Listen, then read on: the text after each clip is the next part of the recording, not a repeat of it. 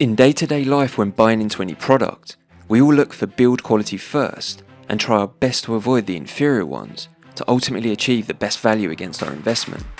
But in blockchain, build quality seems to be far less of a concern, with priorities focused towards speed and short-term financial reward. But with all the hacks and exploits witnessed recently, isn't it about time more users and developers alike also adopt this attitude, respecting build quality above all in blockchain development? IOG's approach to research, rigorous testing and tech rollouts, whilst in the short term for some causes frustration, longer term it's this very factor that's going to play a significant role in the mass adoption of the technology. Remember, nothing built on brittle foundations will ever stand the test of time and/or ever be adopted by the number of users Cardano is aiming to capture. Over the coming months and years, the measure twice, cut once approach will prove to become a significantly important factor when attempting to successfully execute a system on this scale. So few are taking this approach that whilst it may seem others are ahead in terms of development speed, when it comes to development quality, Cardano is way out in front. Welcome back for today's installment of Cardano Insights, where we track the all-important development progress at the very pulse of Cardano and its ecosystem each weekday. So let's get straight into it. So first up, and on a day where yet another exploit occurred, this time the EVM Nomad bridge that resulted in a significant amount of value stolen, I think it provides a moment of reflection of why we were in Cardano in the first place and need to both respect and admire the measure twice, cut once approach, or in the case of Vasil, measure 3 times and cut once. Anyone currently feeling the frustration for the Vasil delivery, it's important to consider this. Every time you find a bug and fix it, you have to verify that fix, then go through the entire testing pipeline again, which causes the release delays that we've been experiencing recently. So yesterday, Charles gave us this Vasil update confirming, as a result of the 3 separate bugs found during testing, it's resulted in 3 new versions of the software that we've been tracking closely on this channel. And at this stage, it looks as though version 1.35.3 will be the one that goes through to hard fork. For me, this is very reassuring. Like I've said many times, rather than looking at a delay as some kind of negative setback, we need to acknowledge this is indeed a positive and puts Cardano's Vasil hard fork upgrade in an even stronger position to, when it finally hard forks, go through seamlessly.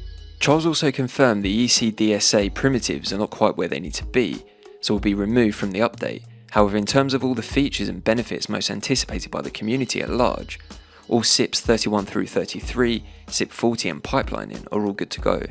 No issues were found through the entire process with repeat testing, both internally and externally, which is a testament to the quality of the code.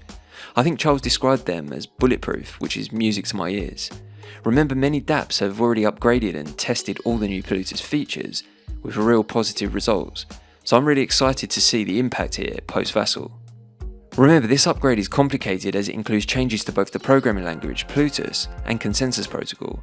Considering this, when attempting an upgrade of this scale, you just can't take any chances, as the outcome could be catastrophic.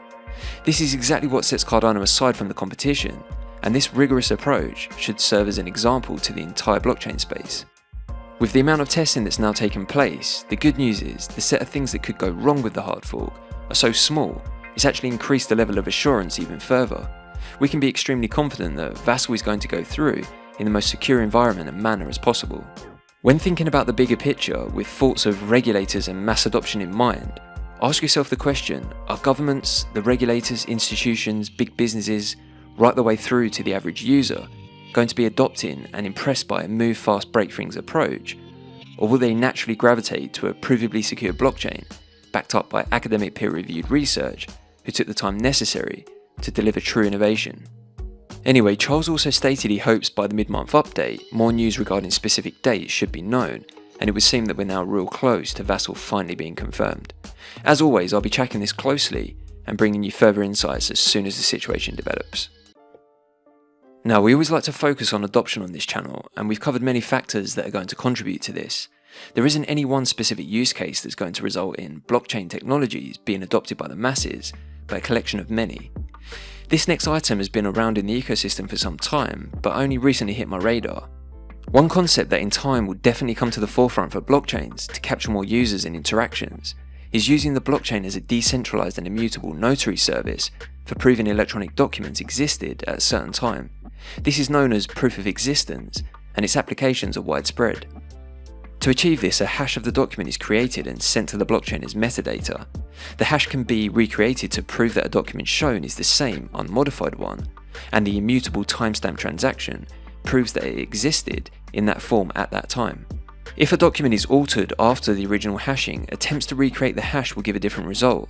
This provides unequivocal evidence of tampering or falsification. The only information stored on the blockchain is a hash of the document, along with any description that you want to add to the metadata.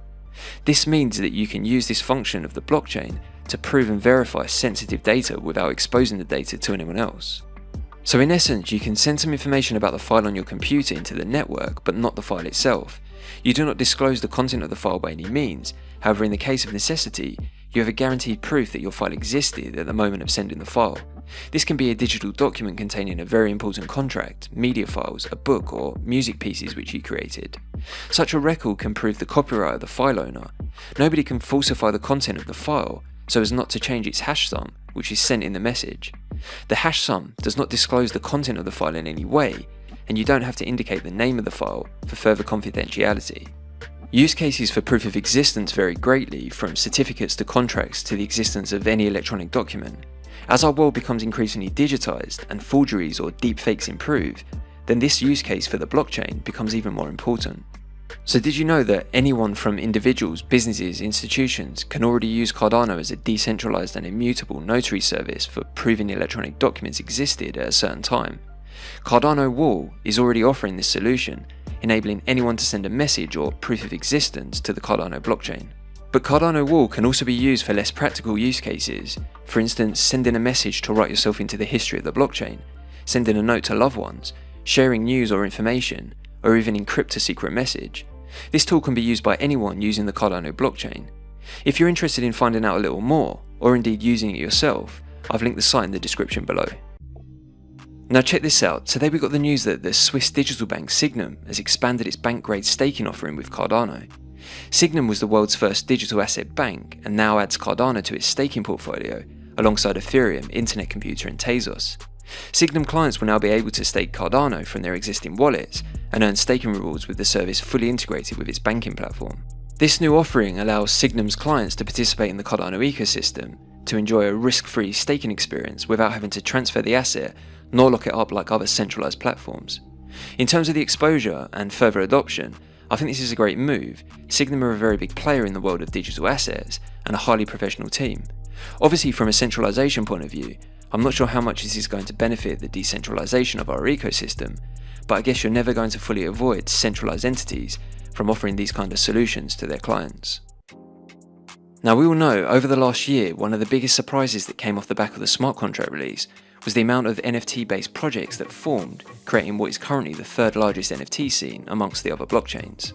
The Cardano NFT ecosystem has become a vibrant marketplace, with new artists and projects entering the space pretty much on a daily basis. For me, whether you're into NFTs or not, it can't be denied that they play a big part in growing the ecosystem and has been responsible for creating interest from other chains, which has to some degree helped in growing the Cardano community further in the last 12 months. Art will always go a long way in capturing the attention, and for many, forms the basis of their initial interest in coming into the blockchain scene. Not everyone is going to be blown away by the tech, academic peer-reviewed process and mission statement behind Cardano. NFTs play an important role in attracting users and artists that, probably without the allure of digitized art ownership, may have never ventured into the space altogether. This entry point lays a foundation for them to grow into the space and in turn start their journey to a deeper understanding of the benefits of blockchain and the technologies behind it. Yesterday, JPG Store let us all know that Cardano NFTs, over the past 24 hours, hit 50% of Solana's volume. This is pretty cool, as Solana has a far more matured NFT scene, so to be closing the gap here is promising. But the stat that stuck out for me more so than the daily volume was one specific to JPG Store and to the benefit of all the creators of the NFT art. Here they announced another milestone, surpassing 10 million ADA paid out to the creators in royalties for the secondary market sales of all NFTs trading on the JPG Store platform. This is a great example of a protocol built on the Cardano blockchain, rewarding the creators that enable such a marketplace to exist, all made possible because of blockchain technology. So that's it for another installment of Cardano Insights, as we keep track of all the development progress in the ecosystem and spread those positive Cardano vibes. If you found value in the content, then please be sure to comment, share, like, and subscribe to the channel. I really appreciate the support. We'll be back tomorrow with your daily roundup. Until then, thanks for watching, have a great day, and as always, keep it Cardano.